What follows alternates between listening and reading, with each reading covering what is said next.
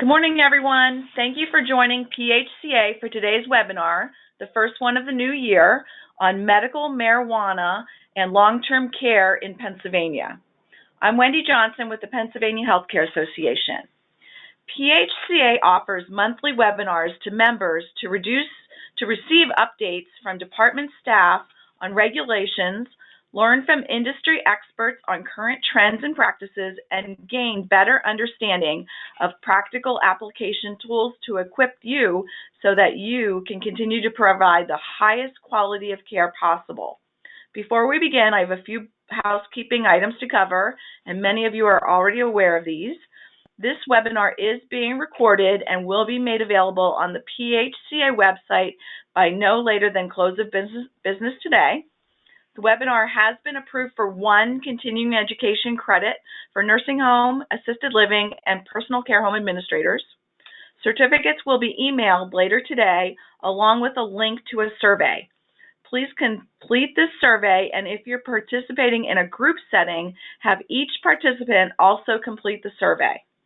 All attendees will be in listen-only mode. However, throughout the presentation, please feel free to submit questions using your questions pane on the right hand of your screen, and our presenters will address them at the end of the presentation. Now for today's webinar. This webinar is being presented by Larry Clark, Deputy Director with the Pennsylvania Department of Health in the Office of Medical Marijuana, Mikkel Hynum, President and Managing Partner with Hynum Law, and Zach Shamberg, Director of Advocacy and Legislative Affairs with PHCA. On April 17, 2016, Governor Tom Wolf signed a bill into law that made Pennsylvania the 24th state to legalize medical marijuana. More than 1 year later, the program preparations are nearly complete, and the state will begin to allow residents to obtain marijuana for medical purposes. But how will long-term care be affected by this program, and how will you be able to comply with the state law? In this webinar, the presenters discuss the medical marijuana law in Pennsylvania, as well as the implementation of the program. We'll also help answer questions for you and your facilities on how to prepare for what's coming up in 2018. By participating in this webinar, you will learn about the implementation of the medical marijuana program in Pennsylvania, how medical marijuana will play a role in caregiving for Pennsylvania residents in the years to come, and how your facility can prepare for the implementation and what you will need to know. I'll now turn the webinar over to Larry, Mike, and Zach. Thanks, Wendy, and good morning, everybody. I'm Zach Shamberg. I'm the Director of Advocacy and Legislative Affairs for the Pennsylvania Healthcare Association. This is a very important webinar this morning. It's an emerging issue that every facility in Pennsylvania is going to have to address in the coming months.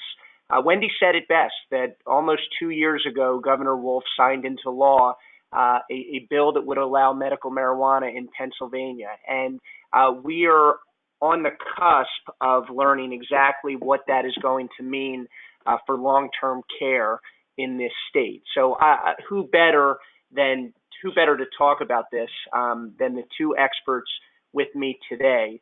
I'm going to begin with Larry Clark from the Department of Health to talk about the department's shift into medical marijuana and the implementation of the program. Great. Thanks, Zach. As was stated, my name is Larry Clark. I'm the Deputy Director for the Office of Medical Marijuana. I oversee the policy, and I also oversee the field operations. And I do have to mention, I'm also here with Tabitha Bozak, who is the Facility Security Manager for the program. So if I get off topic here, she can prompt me to step back in. As Zach said, it is a very interesting time for the state as we're implementing this program. So I'm going to primarily focus on the program itself, and then how one can register, become part of the program. I can also talk at the end about a little bit about what's going on in the field and the numbers that we're seeing in terms of permittees that are coming online and then the numbers of patients and caregivers that have actually registered up to this point. So if we get to the slide, the vision was first founded by Secretary Murphy when she was here. It's a high quality, efficient, compliant medical marijuana program for the Commonwealth residents with serious medical conditions. I cannot say enough, and you'll hear this from Secretary Levine on down, that this is a patient-centered program. A lot of what we do is strictly focused on the patient and making sure that they get the medications that they need for the conditions that they have, and that product be a quality product and go through quality assurance measures while it's being produced and dispensed. Our mission, much as like I said, to make sure that we get marijuana to the patients that need it in a safe manner. We also do take very seriously diversion of that product at any stage from seed to sale. We have a number of security measures in place. As I can attest with Tabitha out there, she's been making sure that these facilities have the top-notch security and surveillance in place before they're even determined to be operational and begin the growing process here in the state. So we also have Chapter 20, which just went out for public comment the other day. That's to promote a high-quality research program for the state involving our medical schools, hospitals, institutions of higher education, and permittees such as the grower processors and dispensaries.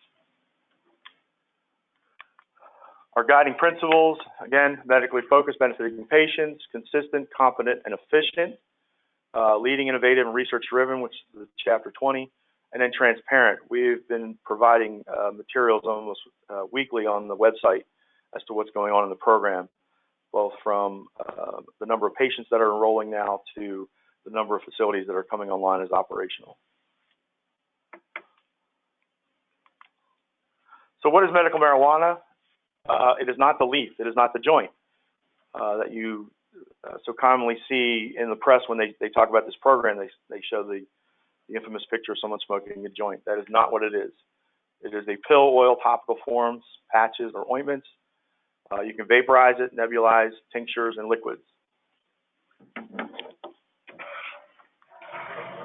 There are 17 medical conditions. That is the list currently under the Act.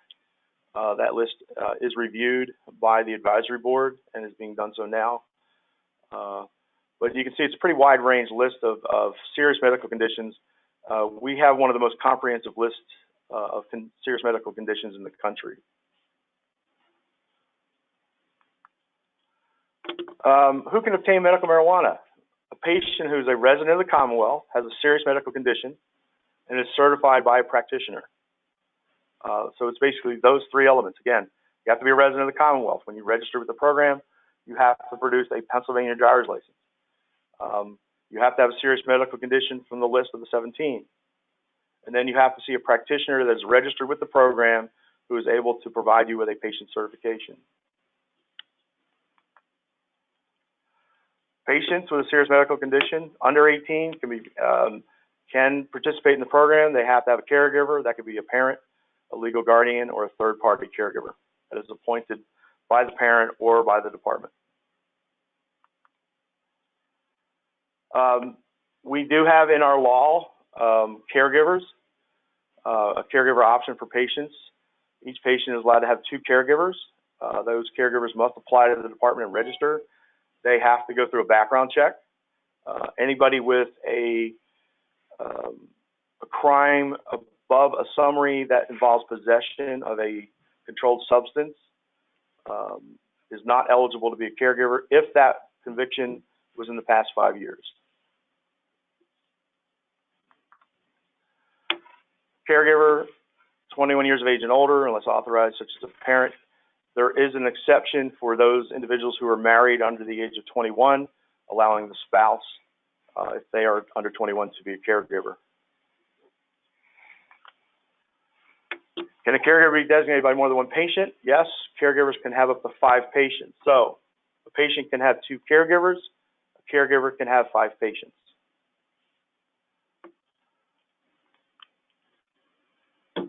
Again, as I said earlier, how can you participate? You have to hold a Pennsylvania medical license as a physician. It has to be a valid license, not suspended. You have to register with the Department of Health on the registry. That's on the website. And then you have to take a 4-hour training course. Again, the most important thing is you have to have a Pennsylvania medical license to start the process. The 4-hour training course is given by five training entities that are listed on the website. You can choose any one of those 5. They have a mix of live 4-hour training programs or online courses. Once you complete that course, that 4-hour training course, a certificate is issued and sent to the department, and you are then placed on the practitioner list on the website. And patients and caregivers can contact you as a practitioner from that list. That's the information of how to register. Go to the website, click on physicians, and the practitioner registry information is right under that. Patient certifications, this is how you begin to enroll as a patient. Not working. Oh, okay. Patients and caregivers, that's the site to register. It's good that this will all be part of the webinar, so you can just scroll back to it. Patients and caregivers have to obtain medical marijuana at an approved dispensary that is located within Pennsylvania. Those dispensaries are issued permits. 27 permits were issued back in June of 2017 for 52 locations currently. Those 27 permittees can have up to 81 sites, but there are currently 52. We did determine our first one to be operational on December 29th, and Tabitha and I will be visiting at least over 10 over the next 2 to 3 weeks to get them operational. So we will have quite a number of dispensaries coming online in the coming weeks. This is the regions. What you see here is the red dots are grower processors. The grower processor both grows the medical marijuana and then processes it into the medical form that is then sold to a dispensary to be dispensed. There are 12 growers and processors. As of December 29th, there are 9 that are currently growing marijuana, medical marijuana, and there are 3 that in the next 6 weeks should start processing and selling product. The white dot, the white, black, and I guess it's blue dots are where the dispensaries are located. As I said, there are 52 sites currently. Only 1 has been operationalized, though, by the department. As I mentioned earlier, diversion is extremely important to us. When writing the regs, we made sure that we had one of the most secure processes in the country. It is a seed-to-sale tracking system, so as soon as a clone, which is a medical marijuana plant below 12 inches or under 12 inches, or a seed goes into the ground, it immediately receives a tracking number. We track that number through the sale of the medical marijuana. So there is no ability to have that seed or that plant lost in the system. It's all tracked from the beginning. We have an advisory board that meets currently. They have to issue their first report in May. That report is to the secretary, the department, and the legislature, and will offer recommendations on changes to the program. A couple other things the Act does. It's not just our Office of Medical Marijuana. There is funding in there to facilitate research. There's funding in there for drug abuse prevention, counseling, treatment, and local police departments to, again, assist in security. And then there's also money in there to help patients for their associated costs with the background checks for the caregivers, and then with the application fee that patients are currently paying now. And then when we start to see the pricing of the medical marijuana in the coming months, to come up with a program to help reduce costs for those that are in financial distress. And that finishes, I believe, my section. I just wanted to give you an update. So as of Friday, there are 11,500 patients registered. There are just under 1,000 caregivers, and there are approximately 550 doctors who are registered with the program, and about half of those have completed the 4-hour training course. As I said, there are 9 growers and processors currently growing. There is 1 dispensary, and there will be more coming on in the next 3 to 6 weeks. So at this point, I'll turn it over to Mike to continue the presentation. Did you want to say? Okay. Hi, everybody. This is Mike Hynum. I'm a lawyer in Harrisburg. I was a nursing home administrator for a bunch of years. I worked in nursing homes from '89 to 2000. Was a personal care home administrator as well. And I also I went to school at night while I worked as an administrator. So I've got a lot of operational experience, and now I've been doing this as a lawyer for the past 18 years. So I'm excited to be here today, and I'm very appreciative of the fact that Larry was able to be here to talk to us about things from the state perspective. I do want to make a plug for their website, which you're still looking at here. There's a lot of information out there on marijuana, both recreational and medical. I will say that the state's website is really, really good. I've utilized it a lot. I've been working on this issue now, medical marijuana, for probably, not quite a year, but many months. And I suggest that you bookmark if this is a topic that you have any interest in or any inclination that your facility or residents are going to be participating in. It's a very, very useful resource, and really one of the better websites I've seen on the topic, and certainly one of the better state websites I've seen in Pennsylvania. So, thank you. Well, you're welcome. It's true. I don't know who's responsible for it, but it's doggone good. Well, so it's positive, so I'll take all the credit. There you go. That's the way to do it. But please take my word for it. It's a good place to start. After this webinar, if you want to learn more, you could certainly always email or call Larry or email me. But the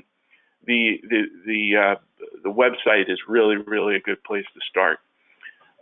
This is me, and I decided to put a little bit of in here about unlawful use. Larry talked about the uses and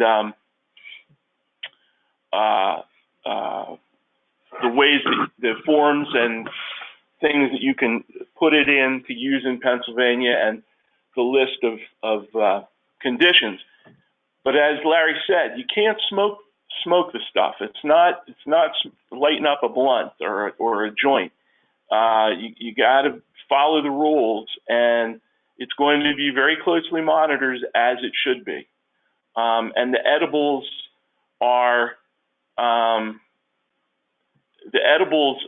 guess, not at this point being sold. No. But the patients, if you take edibles and make, it's something probably a lot of people heard of, the hash brownies or whatever. I think that's something that, you can do in your own home. Yeah, once you get to your home, yeah. But it's not something that you're not going to see. And I just saw, unfortunately, an article on edibles, and it's one of the, if not the leading cause of emergency room visits for adolescents and children in some of the states where medical marijuana and other use marijuana has been legalized. So I think the state is very wise to not proceed into that area, or if we do proceed into it, just like anything else, to be very diligent in the way we do it, because a lot of this stuff looks like other candy and looks like other things, and kids don't realize what it is, and they eat it and get sick. all product has to be approved by the department. So Tabitha and I are currently going through their product list now from the growers, and we have turned down some of the product because it's too close to an edible. So that's good. That's good. So everybody know that if somebody's trying to sell you something that's an edible, like a candy bar or a lollipop, there's somebody that's not playing by the rules. Policies and procedures. You want to look at some of these things that as you're talking in your facilities about what you're going to do if you're going to allow medical marijuana in your buildings. I did put on here, as you can see, a sample policy and procedure. The reason I had this in on a previous presentation that I had done, and I left it in here because I wanted everybody to know that it's out there. If you go to the Washington Healthcare Association website, you can find this. And I'm not saying that you should use it, but what I am saying is that as we are just entering into this phase in Pennsylvania where we're getting ready to see the first sales to patients, and we're really ramping this thing up, you're going to have to come up, obviously, with some policies and procedures. And if you read through what is on the Washington Healthcare Association website, I think it will at least give you food for thought. I know with myself, sometimes when people say you need a policy and procedure, and I sit there and I have a blank, stare or a blank page in my mind. Well, okay, where do we start? This will at least give you some ideas about things that you might want to consider putting in your own policies and procedures. Develop a notification procedure when marijuana is brought into the facility. And bear in mind, too, folks, this is all going to be an evolving process. I'm not aware of anything where anybody has come out and said, oh, these are going to be the rules if you're using medical marijuana in a nursing home. So once you make a decision as a company to say, okay, this is something we're going to consider or allow, then you're going to have to look to the second step that says, okay, now how do we deal with it? How do we work with the physicians? How do we work with the caregivers if it's somebody outside of the facility? How do we work with the residents? How do we make sure we know what's being brought in here? How do we know how this thing is being stored? How is it going to be accessed? Is the resident going to be given, if they're a fairly coherent or with it resident, are they going to be able to self-apply some of the creams or the injections, or is somebody going to do it for them in terms or in the form of a nurse at the facility? Who's going to store it?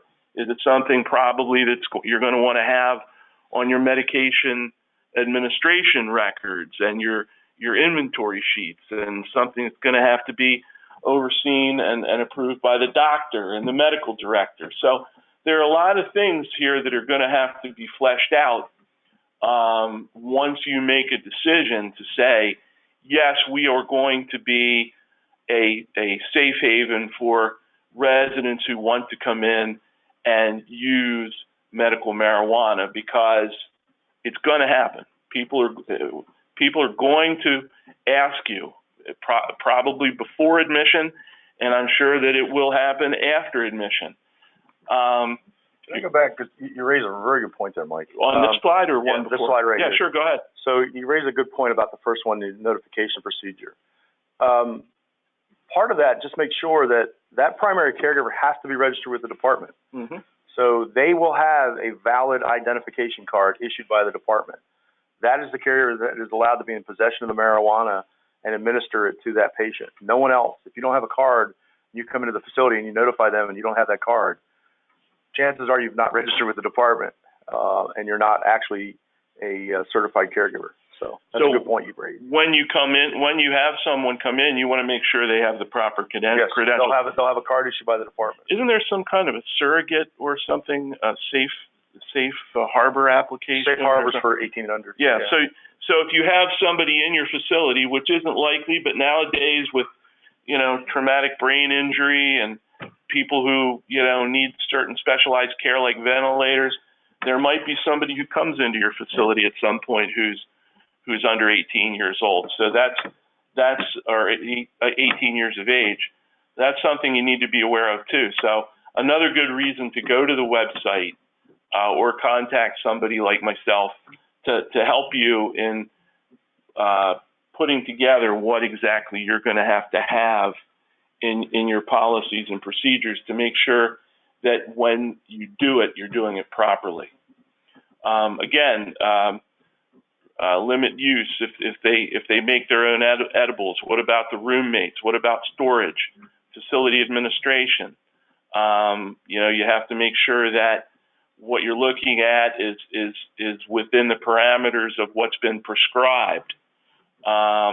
Make sure that you're really, really looking at this, just like you would with, opioids or fentanyl patches or anything else. You're going to have to, and in the beginning, it's going to be like anything else, a little bit,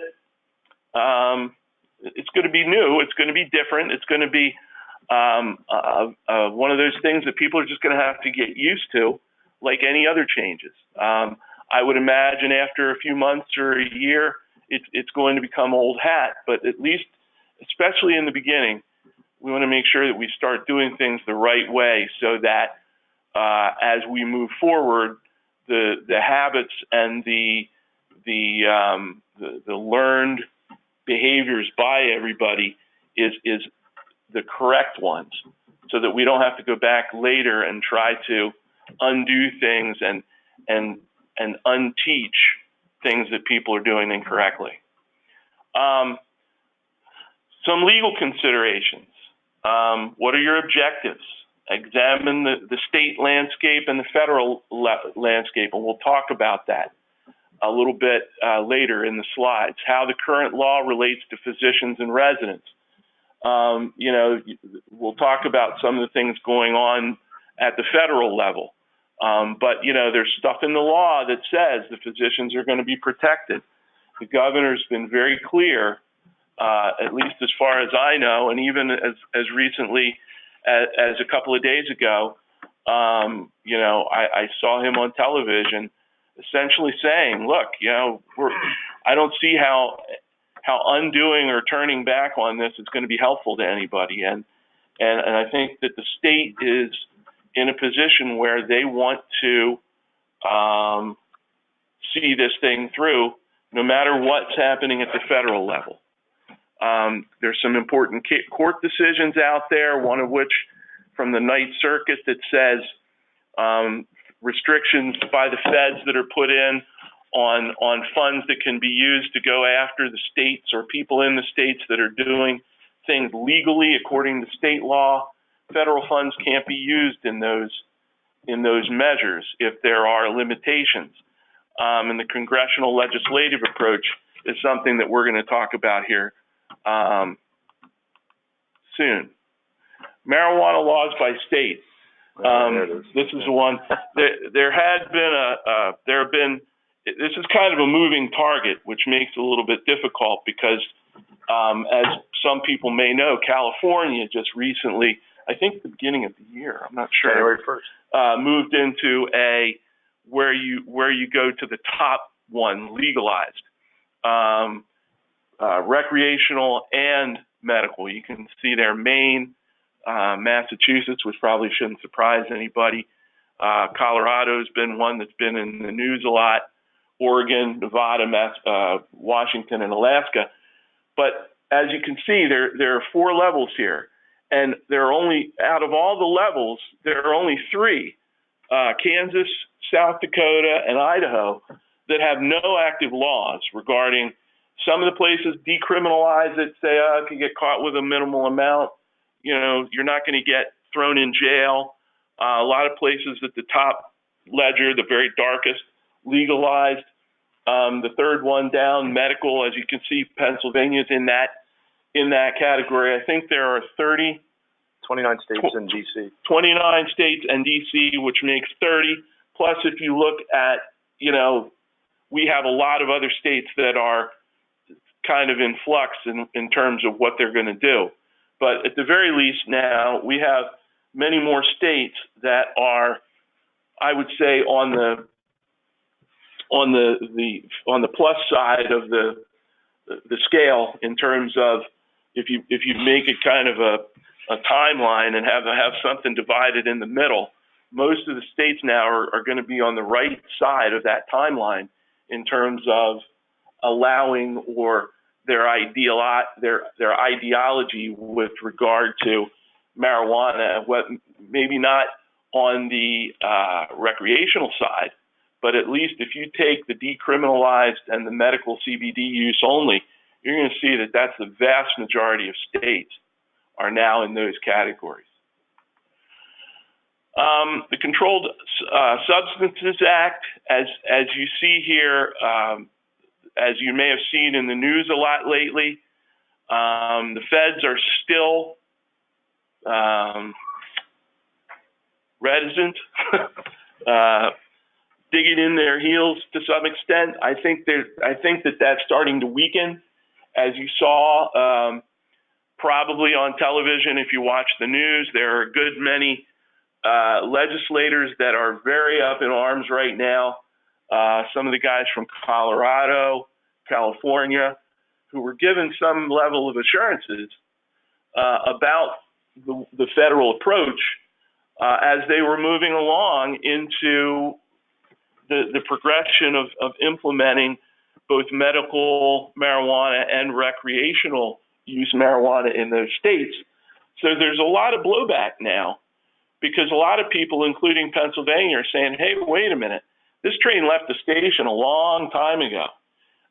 If you want to try to slam the brakes on it and back it up, you're going to be hurting a lot of people because a lot of people have spent a lot of time, blood, sweat, and financial equity putting their heart and soul into these businesses. And it's really going to be interesting over the next few months and years to see how this whole thing plays out in the dichotomy between how states approach this and how the feds approach it. The DEA still is saying, well, we support medical marijuana, but what they need, what these agencies need, just like Larry and the folks at Health, they can't do things without enabling legislation, which is the Congress, or in the case of Pennsylvania, the legislature saying, okay, we're going to pass laws to allow this. And then we're going to say to the folks that control it or regulate it, like the health departments, we want you to implement regulations. So on the federal side, they can't really do that until the Congress makes changes to the law that declassifies or decriminalizes marijuana. I think, in my opinion, we're heading in that direction, but we're not there yet, and we've got an attorney general who is, at the very least, a fly in the ointment. This is old. I put this in because it's historical data. This has been in the news. You may have heard about the Cole memo. You may have heard about the Obama administration's philosophy when it comes to how they are handling the marijuana prosecutions, even though, yes, on the federal level it is illegal. And it's like I tell my clients, you may not agree, I may not agree, but as long as we don't have legalized recreational use marijuana in Pennsylvania, you can get arrested and charged. Yeah, maybe it's dumb, but until the law changes, that's the way it is. And on the federal side, this was kind of their way of dealing with it, saying we're going to use prosecutorial discretion. And this was a copy of the memo. I'm not going to read it all, but this was a gentleman who was a deputy attorney general under the Obama administration under Eric Holder. So it shouldn't come as any surprise that they kind of found a way to be a bit liberal with the way they enforce marijuana from the federal level, especially in states that have legalized marijuana in some form. Now to go and under here in the past 4 years, the cannabis industry continued to evolve, with now many states even permitting recreational use.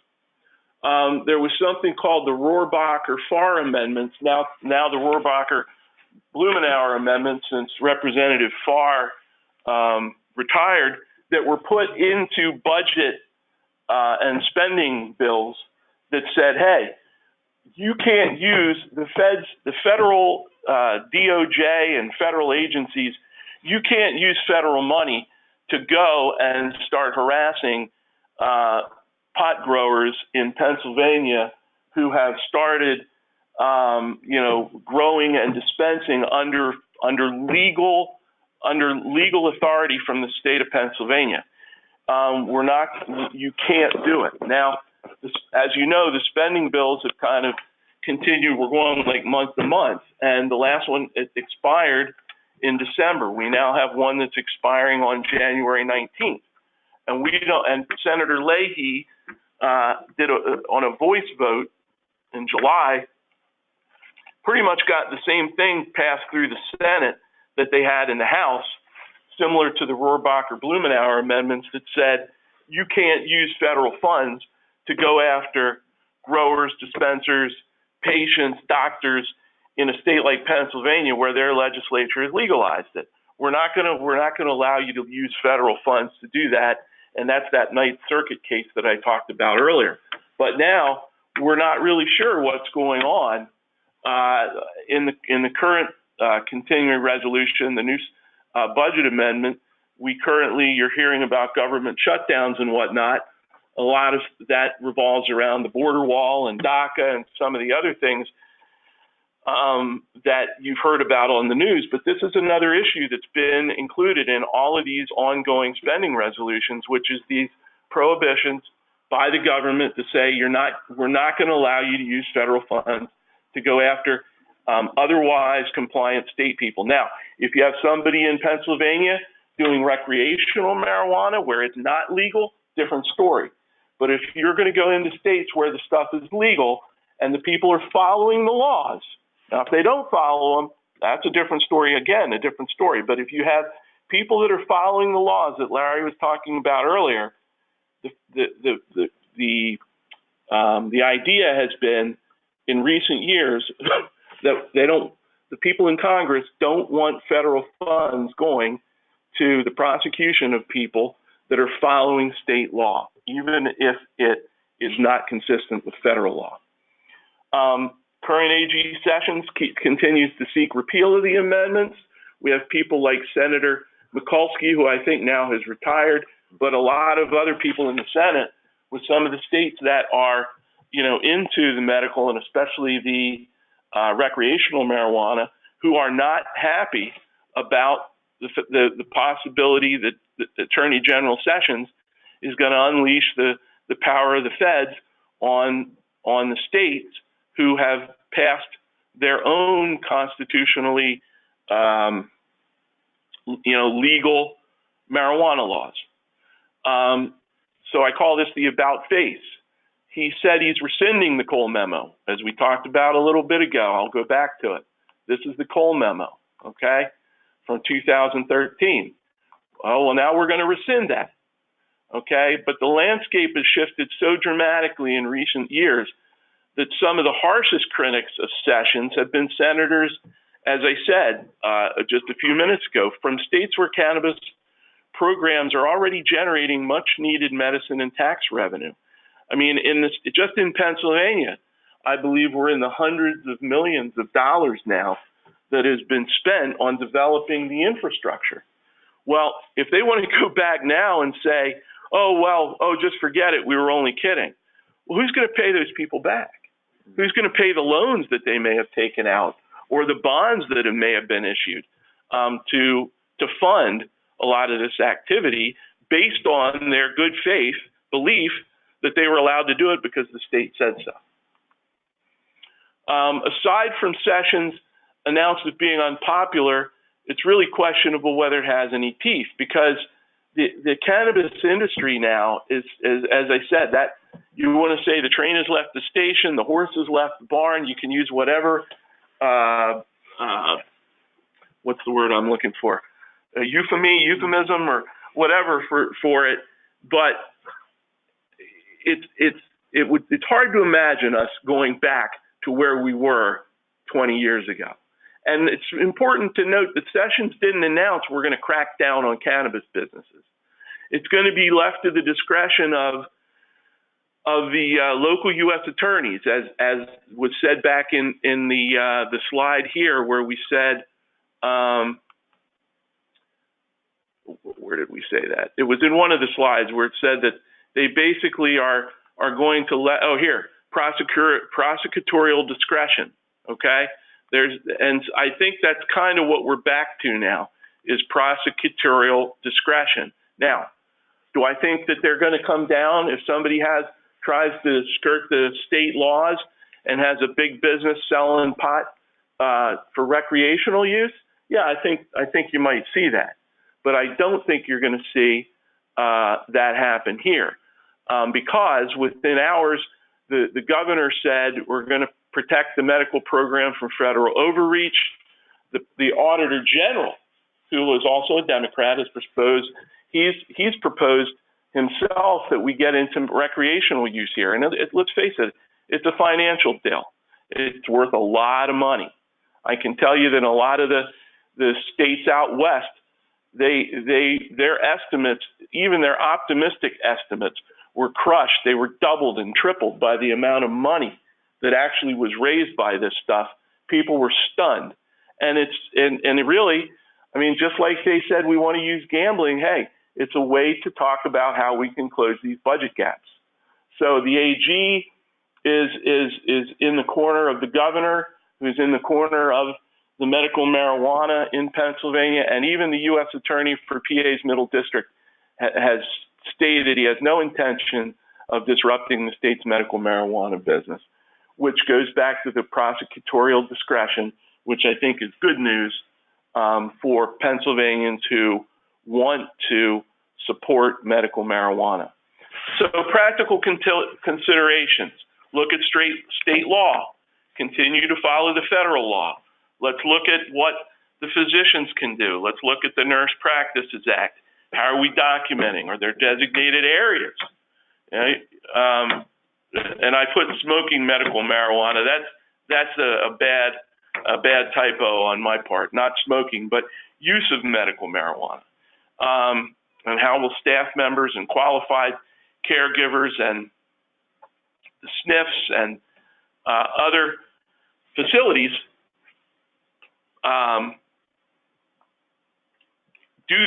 implement this? And for example, we've got federal memos that have come out from CMS that say, if you know that a resident is being abused, or you know that someone is engaging in financial exploitation against that resident, you have a mandatory proactive duty to report that. Are we going to have the same thing with medical marijuana? If you know that somebody comes in your facility and the sister is the caregiver and they're sharing it with the resident's roommate, or if we know, for example, that one of our physicians is involved in something where they're selling the stuff illegally, is there going to be any kind of affirmative duty to report that kind of activity? I don't know that we've had a definitive answer to that yet, but hopefully wheels are turning. Because as Larry said, and I believe him, and I think it's absolutely true, making sure that we track this stuff and prohibit it from, what was the word you used? Diversion. Diversion is a big deal, okay? Pennsylvania's law explicitly protects doctors from punishment. And according to my best information, when we say our best information, really that's my best information based on the research that I've done and the people that I've talked to. I don't know of any doctors that have been prosecuted for doing things in states that have medical marijuana legalized. So here we go, conundrum. The SNFs must comply with federal, state, and local laws. What happens when they conflict? How do we reconcile the disconnect? You have resident rights. The residents say, hey, I want this. Are you going to have to make a decision about whether you decide to allow it in your facility or not?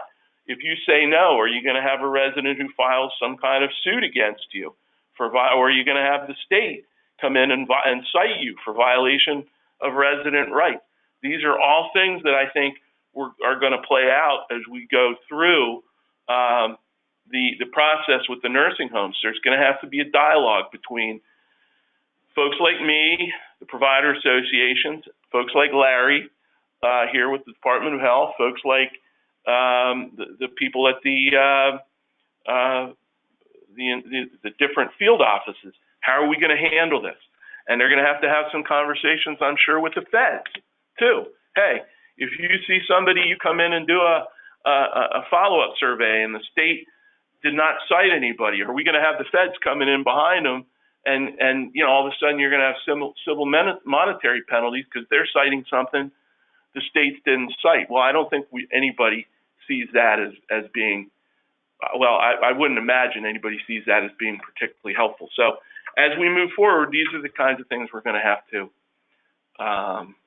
think about. Can physicians or nurses use medical marijuana if it's prescribed with and in accord with state law? Does it make a difference if it's off premises and on the employee's own time? What's going to happen if we have an employee who comes in under the effects of medical marijuana because they've got multiple sclerosis and they've injected themselves? I mean, drug testing and things like that all of those things could change depending on what the philosophy is. And I think we're going to have to really have some discussions about that and about where that leads. Some recommendations of what to do. I'm going to go through, and here again, I added the Pennsylvania Medical Marijuana Program website. There's some other websites that I found on here that talk a lot about marijuana and the push to legalize and how you can. And the good thing is most of these organizations, or I should say all of them, they're about following the rules. They're not out there promoting information on how people can skirt. So I did not put anything on here that I thought looked like it was anybody who was out there encouraging people to break the law. This is all people that are, and there are some organizations that are on the other side who are trying to find alternatives to medical marijuana and saying we don't need it. But these are all organizations that I think responsibly push and argue for the proper use of medical marijuana. I thought I had an end slide in there, but anyway, so now we're here at the point where we can do questions, if we have any. And I don't know exactly how I got to that screen, but sorry about that. Thanks, Larry, for the great information today. At this time, we're opening up for questions, and we already have quite a few, which I will read to the presenters, and they can take a stab at answering those for us. So if you have questions right now, again, we do have several already in, but if you do have any questions, please use the question box on the right hand of your screen. And I'll start reading those off at the top. The first question that we have is, are insurances, Medicare and Medicaid, looking to cover medical marijuana? No, not that I'm aware of at this time. The feds have told, I know from talking to DHS that they've told Medicaid, CMS has told Medicaid they will not cover it. There you go. Okay. Moving on to the next question. Can a SNF choose to not allow the use of medical marijuana? If so, will DOH see this as a resident's right issue if a SNF resident wants or already has access to medical marijuana? Will a facility be cited in their annual survey as a result? So there are several questions in that one. Well, this is Mike. I'll start out by saying yes, I think they can. And I think that's something, as I talked about and I had in the slides, you're going to have an ethics committee. You're going to have some discussions about what you're going to do. And if you make a decision that you're not going to participate in medical marijuana, then that resident, is going to have to be told that. Now, then it becomes an access issue. Then it becomes, is it a private property right versus, a constitutional right of the resident? And then I think that's where we get into the very sticky situation of what the Department of Health and what their position is going to be. And I do not yet have any indication that there has been a definitive there's no definitive answer on that. So I think that's something where we're going to have continued discussion. I would suggest that if that occurs or is occurring, to reach out to your regional office first, your regional inspector, and start that discussion early in order to try to get an answer for your facility.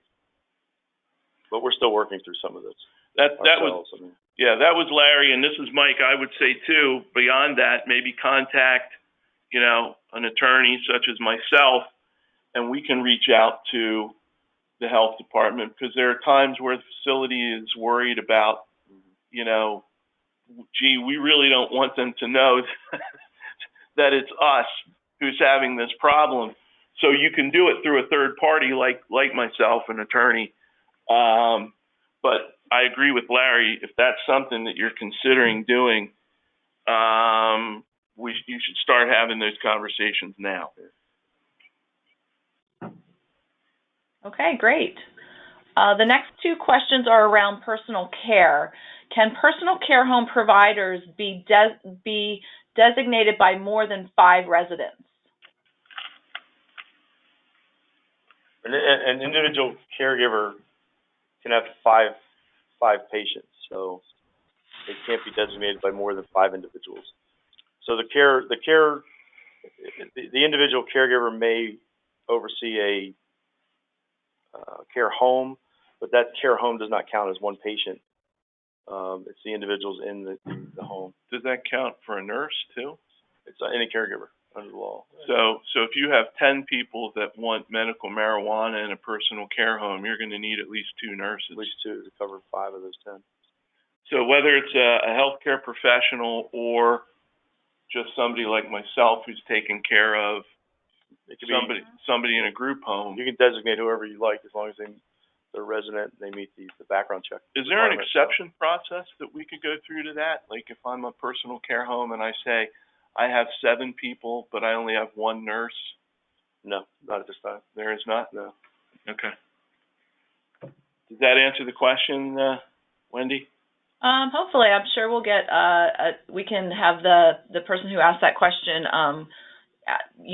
chime in on the question pane if they have further discussion around that question. Let me move on. Let me just say one other thing I just thought of.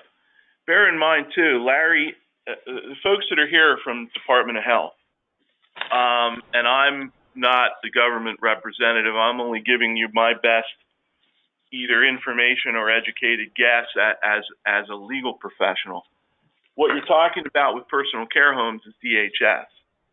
So I think in fairness, that may be something that we want to raise to them, because I don't really, Larry can't really speak for DHS. He can speak probably on some level for health. I can only speak to what the caregiver regulations and requirements are. I mean, what those numbers are and how they can be represented. So that's what it would be from a regulatory standpoint on the health side. On the DH side, whether they have an idea of something more restrictive or not, we don't know. That's a great point. Thank you for bringing that up. The next question around personal care homes is, can personal care home and assisted living resident providers use edibles such as hash brownies to provide residents their prescribed marijuana? If nothing prohibits in the Act the individual converting a liquid into an edible once they are in their home. I think the answer, to expand on what Larry just said, I think if the resident takes that hash and makes brownies, it's okay. I think if the personal care home... the street is a problem, but you want to be in your home. But if the personal care homeowner takes that person's hash and makes brownies for them, I think that's a gray area. Yeah, that's a gray area. For individual consumption. So if the resident makes their own, I don't see it as being a problem. Now, if the resident makes their own, start sharing it, there is a problem. Yeah, or if the personal care home owner has those brownies locked up and gives them to the person to eat, I would guess that's probably gonna fly. I don't know, because I can't speak for DHS, but I don't think it would fly if you had, say I owned a person, this is Mike, say Mike owns a personal care home, and Larry says, I want to turn this into an edible, and I make the edible for him. I think that would be a gray area. If you're my caregiver, you could. If I'm your caregiver, but if you're the personal care home administrator, you aren't authorized under the program to administer that medical marijuana in any form to the patient. So again, you have to have that distinction. So I'd have to be the owner and the caregiver. You have to be that designated caregiver to be able to convert that, because it's considered an administration of the medical marijuana, and therefore you have to be a registered caregiver. Now, the next question is, is it just for me? Okay. If it's a tray for the party down the hall, that's a diversion issue, and that won't be permitted by the department. And again, I would follow that up to say we're really going to have to. I think we need to reach out to DHS to see what, if any, position they have on any of this. I'm sure there's going to be a lot of questions and crossing the departments there. I'm sure they'll be working closely together to get those answers. Yep. The next question that we have: do our nurses need to register as caregivers or facility? If the nurse is going to administer medical marijuana, that means pick it up for the individual at the dispensary, bring it back to the facility, and then give it to them. Yes, they have to be a registered caregiver. What if this is Mike, and I'm going to pose a question to Larry. What if I'm the nurse and I pick it up for Zach and I bring it into the facility? Then can the nurse administer it without being registered? That again, I would be determined by your policies as to how you want the nurse to give that medical marijuana to the patient. Is it, where's it locked up? Things of that sort.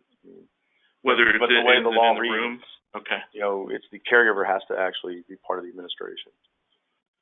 So if a nurse is going to administer it, sounds to me like at least at this time, it would be the health department's position that nurse is going to have to register as a caregiver for that resident. Yes. Okay.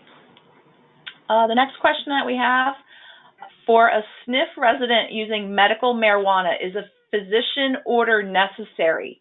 What if the attending physician at the facility is not certified in the medical marijuana program?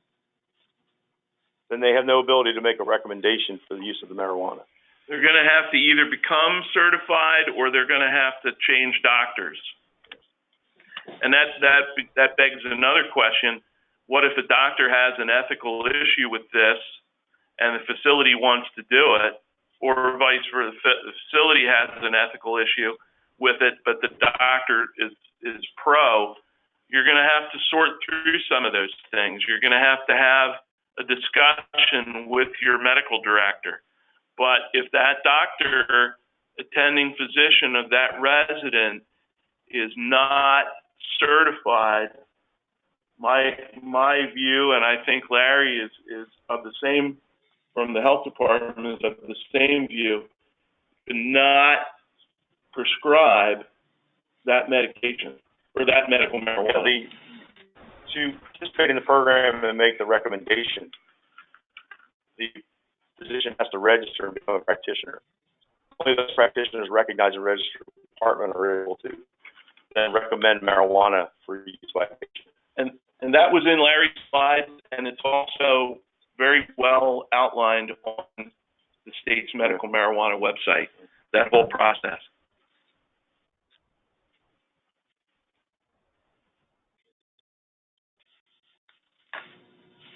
Okay.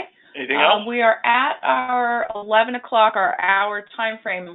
We do still have several more questions, but let's take one more question, and then we will follow up with the other questions in a frequently asked question document, and we will address all of the questions. And again, if you have any more questions, please send them to us. The association will be working closely with Larry and Mike over the coming months in this year, as this is rolling out and as more questions come up.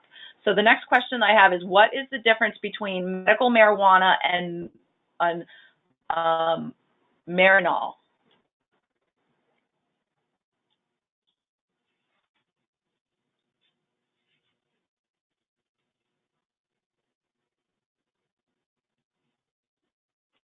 The medical marijuana is defined as a product that is produced by a grower processor here in Pennsylvania under permit. I believe Marinol is a derivative, but it's by pharma.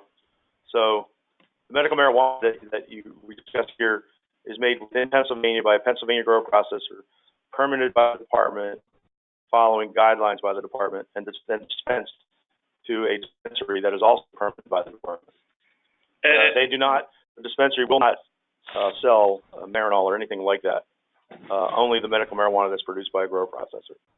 And that was Larry. This is Mike. I'll add to say, if you look at the medical marijuana law and the regulations and some of the things that are on the website, there are specified forms of like it was one of Larry's slides, I believe, cream, tincture, injectables, certain things like that. You have to take a look at that, and if the Marinol's not on there, I think it's safe to say it's not allowed. Now, you may talk to somebody and push to have that added. Maybe the state would agree with you. I don't know, but if it's not there, I don't think. I mean, the bottom line is it has to be produced by a grower processor in the state under the permit. It cannot be a product that comes from an outside stream.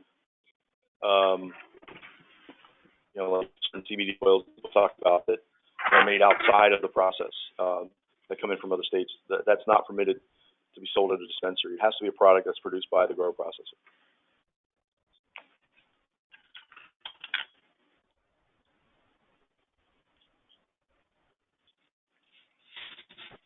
Okay. All right. We do have several more questions. Like I said, we will work with Larry and Mike to get the answers on those, and we will put out a document to everyone who's been on the call. And if you have any questions in the follow-up email that I will be sending later today, their contact information will be in the email. So if you do have questions as things continue moving on throughout the year, you can feel free to reach out to them, or we're always here. The association and Zach would be happy to follow up with them as well. Don't forget that the survey that we'll send out today, please complete it. It's helpful for us in planning future webinars. And right now, I just want to thank Larry, Mike, and Zach for presenting on this really important and timely topic. Everybody have a great day, and don't forget to check our website and our publication for